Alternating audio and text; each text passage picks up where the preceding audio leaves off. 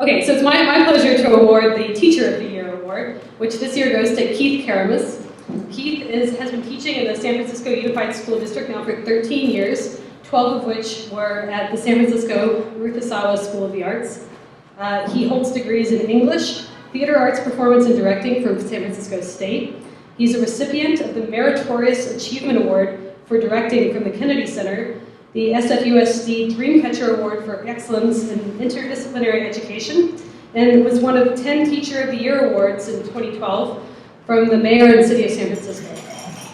He's been working with EAA for 4 years now, 2 of which were in the high school, which I had the pleasure of teaching with him at the Ruth Asawa School of the Arts. Last year, he introduced a new program in middle schools to kind of introduce the ideas of engineering before high school and prime the students for receiving the information in that high school. And he's excited, I hope, to be doing that again this year. He's been working, he's been with the EAA for 4 years. 2 of the years in high school, his students were recipients of some of the top awards, which I won't take all of the credit for. So this year, I'm very honored to present Keith Karamis with the 2015 Teacher of the Year Award.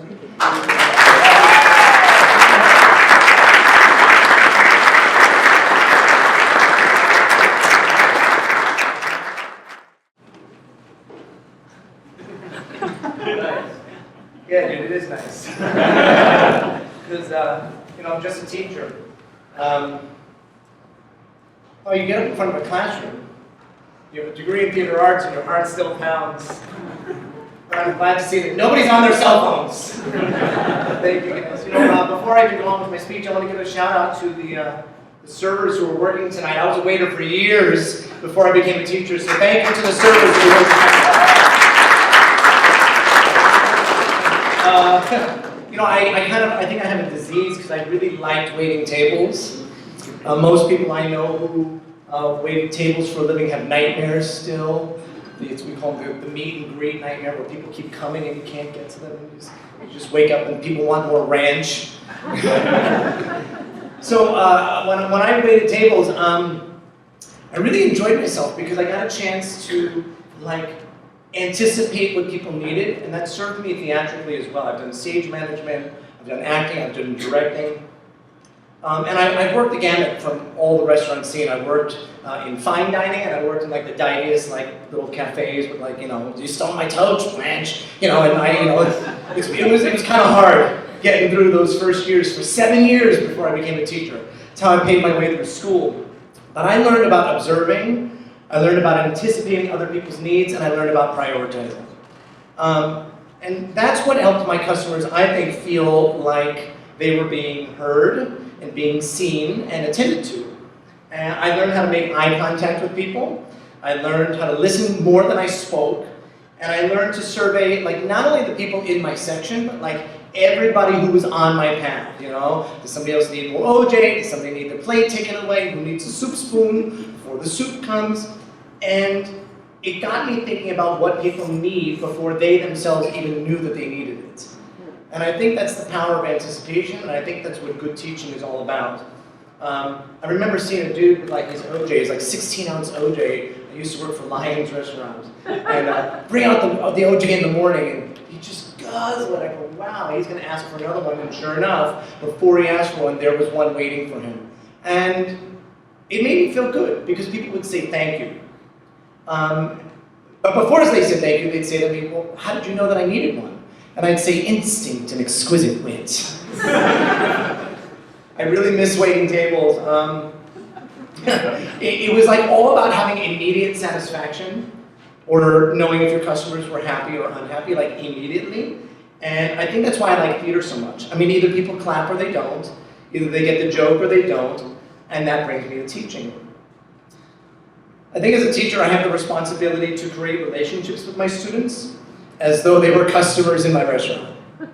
That's my truth. They're hungry for knowledge, they're hungry for experiences and love and attention, but I don't work alone. I mean, I don't think anybody in this room really, truly works alone. We're always part of a team. We talk about collaboration, but do we really put it into effect? So all the members of my team, now that I'm at middle school, and some of you go, why did you go from I taught at university, I taught at high school, and then I went down to middle school. And it's crazy, man. Like, I sent this kid out in the hallway, like, you need a timeout. And I went to go get him, he was rolling down the floor, down the hallway. I'm like, oh my God.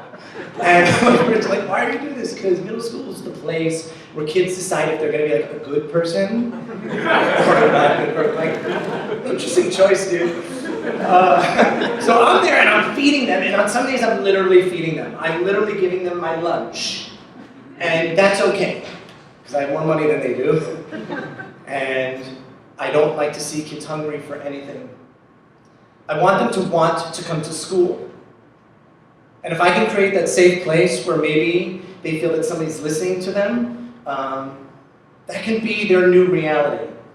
I mean, I don't know when people stopped asking, you know, what did you do at school today? We ask kids, what did you learn at school today? And so often these kids come home and they tell their parents and their guardians to say nothing. And it's probably their truth. They probably learned nothing, because everything that they could ever want to know is at their fingertips via the internet. I mean, I didn't have it. I didn't get a cell phone until, when was it? I think it was like 2000 or something. I mean, I really and truly did not have any technology. And I look at these kids, and some of them are truly learning nothing.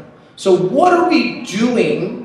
What experiences are we creating in the classroom so they want to come to school and have something to say when mom and dad and somebody at home says, what did you do today? They can say, dude, I built a bridge.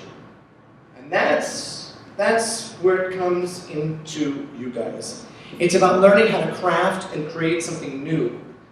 I think when students come to school, it is my job to guide and correct them. It is my job to dispel myths and to encourage them to participate in experiences so they do stuff. And that's why I'm here tonight. When I have engineers come into my classroom and you're thinking, well, normally we go into a math class or we go into a STEAM class or a science class. I have kids you guys come into my theater arts class. We're talking about design. We're talking about architecture. We're talking about putting together an entire production.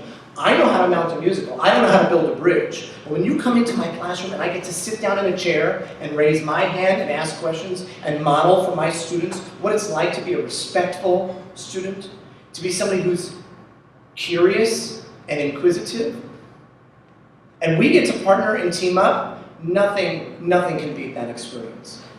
Because they get to see me in action, I get to see them in action. I call it sharing the stage in my classroom. I share the stage with all of the volunteers in this room and those who are out and not here tonight, because you change lives. So do all the teachers who say yes and have you come into their classroom. We say yes to the engineers who come to our school to help us love our students. We say yes to the firms that encourage their employees to branch out into the school communities to inspire so many for the first time who never would have dreamed of architecture and design as a possible career path. And we say thank you to the funders who provide so generously to support this organization. Now, some of you tonight know me very well. Some of the people at this table. My partner Al Flores is here tonight. My mom is over there.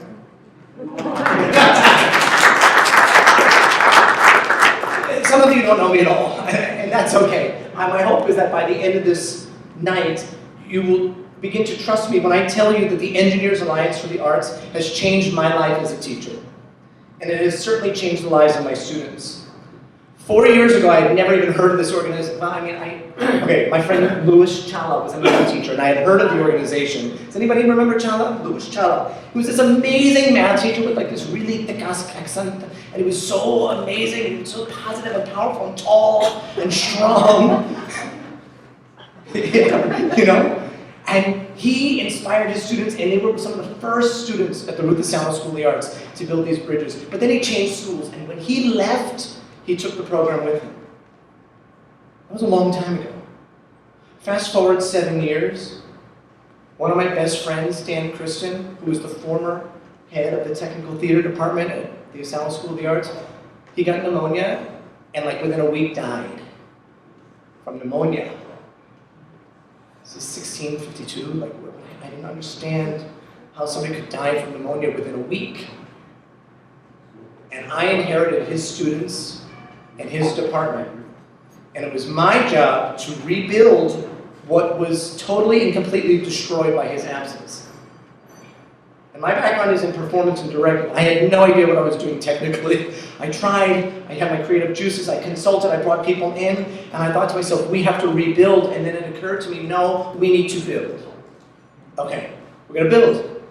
And I contacted Susan Stoddard, the artistic director for San Francisco Unified School District. I said, remember that Engineers Alliance for the Arts? Can they come in and help us rebuild this department? And they did. And the first year was really bad. But the second year we kicked, you know what. We took like first place and best in show, because the kids, instead of asking, when can I go? They started saying, Mr. C, how long can we stay tonight? And I was like, dude, as long, whatever, we'll stay. We'd stay till 9, 10, 11 o'clock at night. Custodian would kick us out. Order pizzas, make PB&Js, and stay, and work, and cut, and glue, and destroy, and start over again.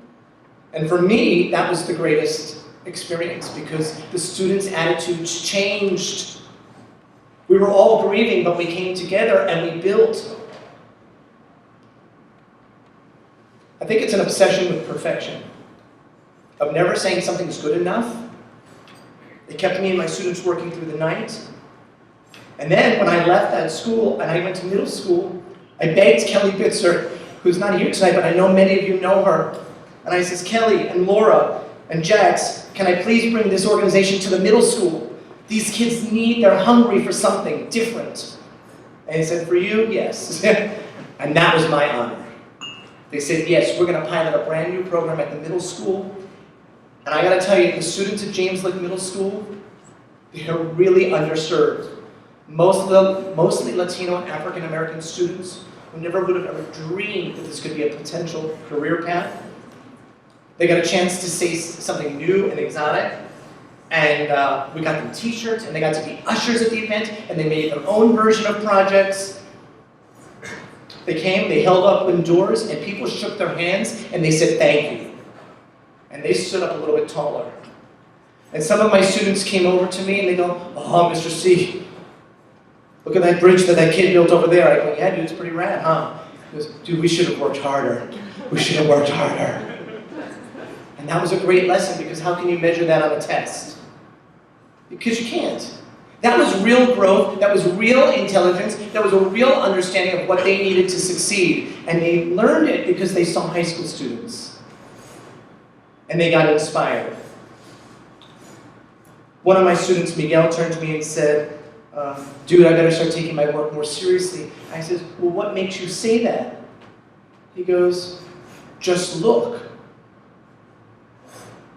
Miguel realized that he needed to step up his game in life. I think that's the power of this program. Students learn to challenge and support each other in healthy ways, and teachers learn that it's okay to share the stage. It's about sharing the stage. Liza Minnelli is my favorite performer. Shocker, right? When she was asked what her greatest strength was, what her greatest talent was, she says, my biggest challenge, no, I can't do it, is I know who is more talented than I am. I find them, I go to them, and I learn. I couldn't have said it better. I'm very grateful to the Engineers Alliance for the Arts and to all of you who come into the classroom. And I thank you for this honor tonight. Thank you guys very, very much.